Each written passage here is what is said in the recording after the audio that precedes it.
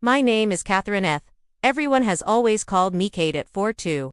I had curated a life that looked from the outside like Emma Sturpey's of modern success. Me, husband David was a titan in the world of tech investment, a man whose ambition was a force of nature. Our home was a sprawling minimalist structure, off glass and steel in an affluent Texas suburb, a place where the silence was as pristine and expensive as the abstract art on the walls. For years I had been the perfect corporate wife, poised and endlessly understanding. I bolstered his career, acknowledging the gravity of his obligations, playing the role of the gracious hostess and the salutary guardian of our perfect home. But perfection is a cold and lonely comp, and his work was not a priority at Wash's entire existence. His life was a blur off international flights, late night conference calls, and the incessant blue-white glow of his phone and computer screens. He was a good man, I told myself, a provider, but with every dinner where he was physically present but mentally logged into a server 1,000 miles away, a cavernous sense of emptiness grew within him.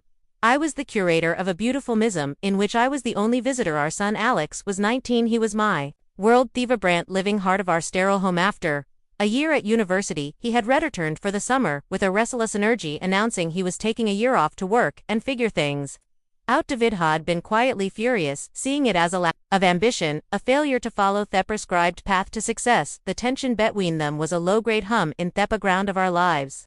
Despite her financial stability, which could have easily sustained him, Alex had insisted on getting a job at a local organic market. He labored in the stockroom hauling crates of produce, and I think in his own way he was trying to forge an identity separate from the steril wealth of his father. He worked hard and often returned for lunch, his presence alcome disruption to my long silent days. That July, the Texas heat was a physical entity, a suffocating enveloping blunt.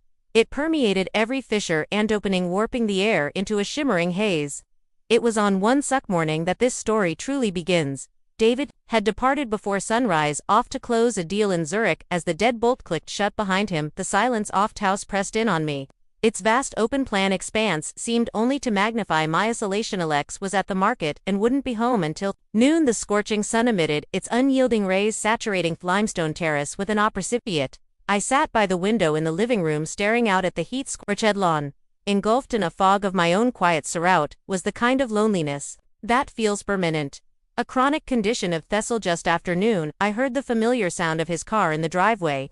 A few moments later, the back door opened and Alex entered. His face flushed, his thin shirt clinging to his chest. "It's unbearable out there, Mom," he remarked, his voice a welcome sound in the stillness. He deposited a small bag of groceries on the kitchen island. As I watched him, a complex amalgamation of emotions stirred within me: love, pride, and something else, a mething deeper and more unsettling thought I refused to identify. He moved to the stainless steel refrigerator, retrieved a chilled bottle of water, and settled into one of the sleek chairs at the kitchen island. The house resumed its customary silence, interrupted only by whisper of the air conditioning and the gentle drip of condensation from the bottle onto the quartz countertop. We sat in that comfortable quiet, him scrolling through his phone and me pretending to read a magazine, each absorbed in our own thoughts as the oppressive heat of the afternoon intensified. Eventually, the stifling heat and my own restless thoughts drove me from my seat.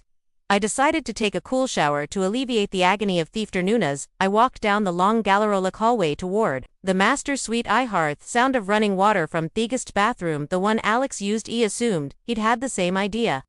As I neared the bathroom, I saw that the door was ajar, a faint sliver of steamy light seeping through the gap. My intention was to walk past to give him his privacy, but me feet slowed some invisible force. Some dark curiosity made me pause. My gazethan fell upon the scene inside, and the world tilted on its axis. Through the gap I could see him, Alex. He was oblivious to my presence, standing directly under the cascade of the rainfall showerhead hissed back to me. Water streamed over his broad shoulders, down the lean defined muscles of his back. He was no longer the lanky boy I had tucked into bed. He was a man, and though I was his mother, though every rational thought screamed at me to turn away, the sight before me elicited an uncontrollable racing of my heart. A tumultuous surge of conflicting emotions that overwhelmed me like an unstoppable wave. I remained paralyzed, a voyeur in my own home, observing a scene I should not have witnessed. The heat that suddenly engulfed me was not from the summer sun, but from something far more profound and enigmatic rising from within. My thoughts were a chaotic tempest, and the desperate to escape was nearly overwhelming. I took a clumsy step back, my heel inadvertently colliding with a metal skeejee resting against the wall. It clattered to the tiled floor with air-sounding clang that shattered the tranquility. Panic, cold, and sharp seas. I spun around and hurried away, nearly sprinting back to the living room, my hand pressed against my mouth. I sank onto the couch, my limbs trembling, my breathing shallow and ragged.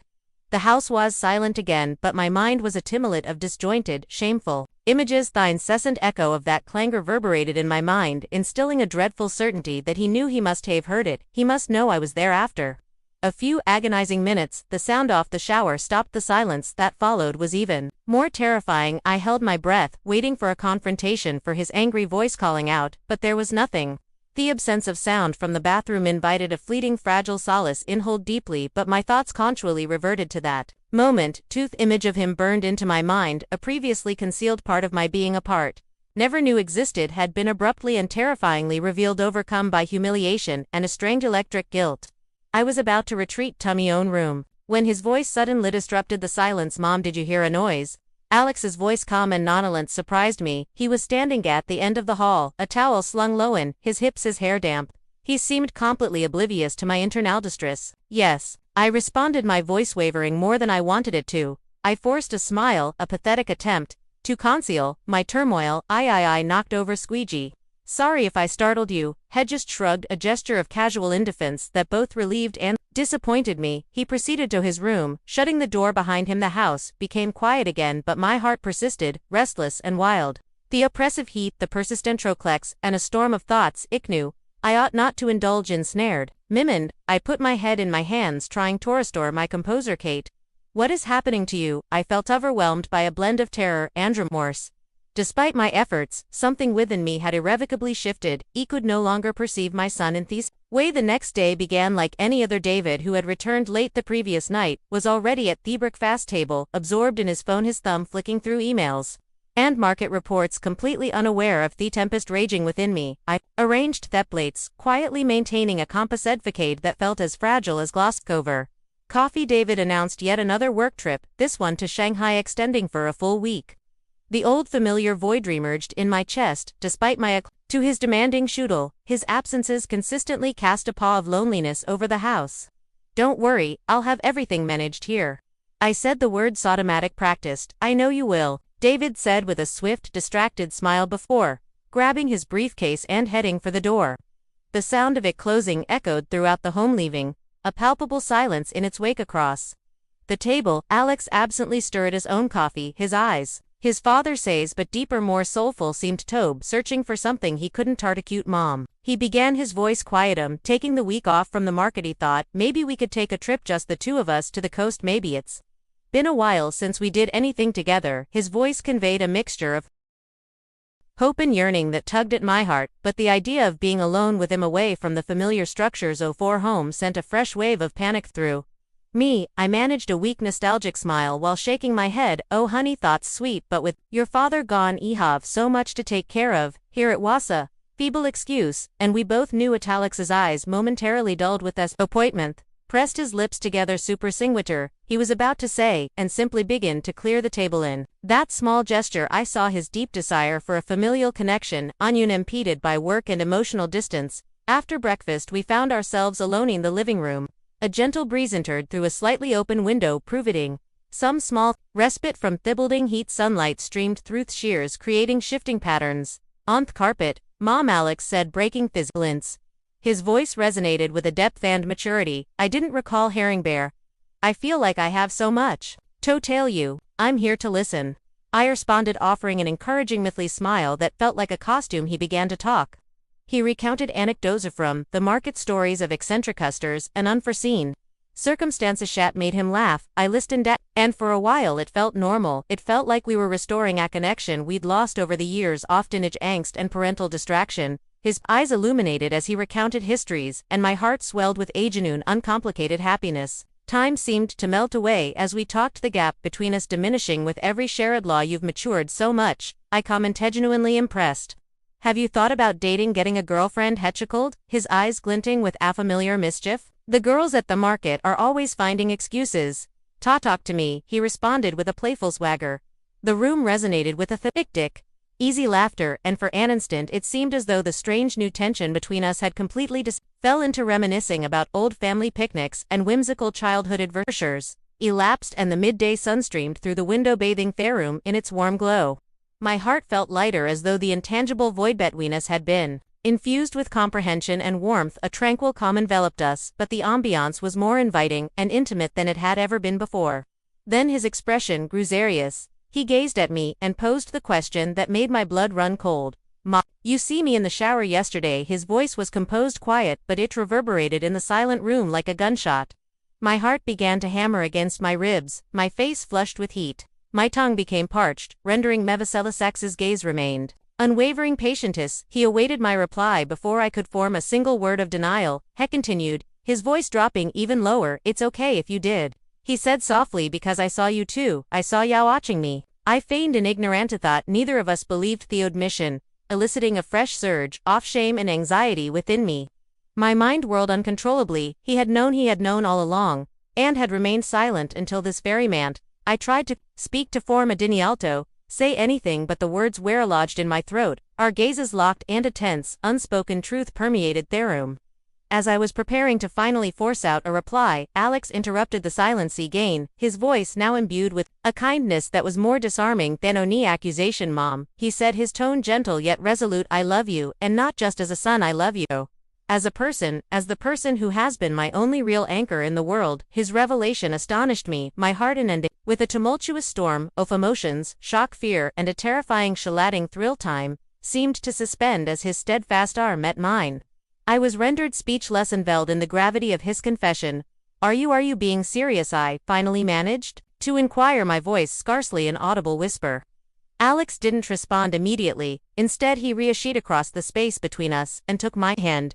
His touch was warm and firm, and then unexpectedly, he moved from his chair to the couch beside me and me in a tight embrace. In that instant, as his arms closed around me, all my carefully constructed wills, all my fears and denials, seemed to dissipate, supplanted by an ineffable, dangerous bond. The events that followed shattered everything. Boundaries that hadn't been sacrosanct were transgressed, leading us into a state of beautiful, terrible disarousal by forces we couldn't or wouldn't control. We fell into a secret world of our own making. The house, formerly a sanctuary of silence, transferred into a tempest of forbidden emotions. David's absence, our illicit relationship, was an irresistible fire, a source of warmth in the cold emptiness of my life. But secrets of this nature are ghosts. They cannot remain concealed indefinitely. One day, weeks later, David Reeder turned home a day sooner than anticipated. Sound of his car in the driveway, Becky turning in the lock, sent a surge of cold panic through the house. Alex and I were in the kitchen sharing acquiescent lunch that had become our ritual. The sudden shift from intimate piece to frantic terror was dizzying. We scarcely had time to compose ourselves when David appeared in theaterway, his gaze surveying the room with a tired, weary skepticism. Nothing was overtly wrong, but the atmosphere was laden with a guilt so thick it was almost visible. I knew with a sickening certainty that this could not persist. That evening, beneath the dimity illumination of the balcony, I found Alex staring out at the city lights. "We can't continue this way," I said, my voice quivering. "I love you, Alex. You are my son, and that is the only kind of love we can ever share." He remained mute, his eyes fixed on the distant horizon, sorrow obscuring his handsome fire thinly. He nodded, his shoulders drooping with the weight of our decision. "Theremints, if it could be called that," concluded, as discreetly as it began, "but anguish persisted, a dull ache in our hearts. David never ascertained the truth net in the details, but he knew something was broken. I threw myself into prioritizing my family, endeavoring to mend relationships and restore a trust that I had single-handedly destroyed. It was a futile effort. A few months later, Alex moved out, ostensibly to an apartment closer to a new job, but we both knew he was pursuing a fresh beginning, seeking an equilibrium that was impossible to find in my presence. Throughout that painful period of unraveling, I came to see how loneliness and a desperate hunger for affection can prompt us to err in the most catastrophic ways. It can make us blind to the harm we inflict on those we claim to love most, and that in its entirety is my narrative, my confession. Thank you for listening. Secrets of this nature carry a heavy weight, and fallout is often devastating.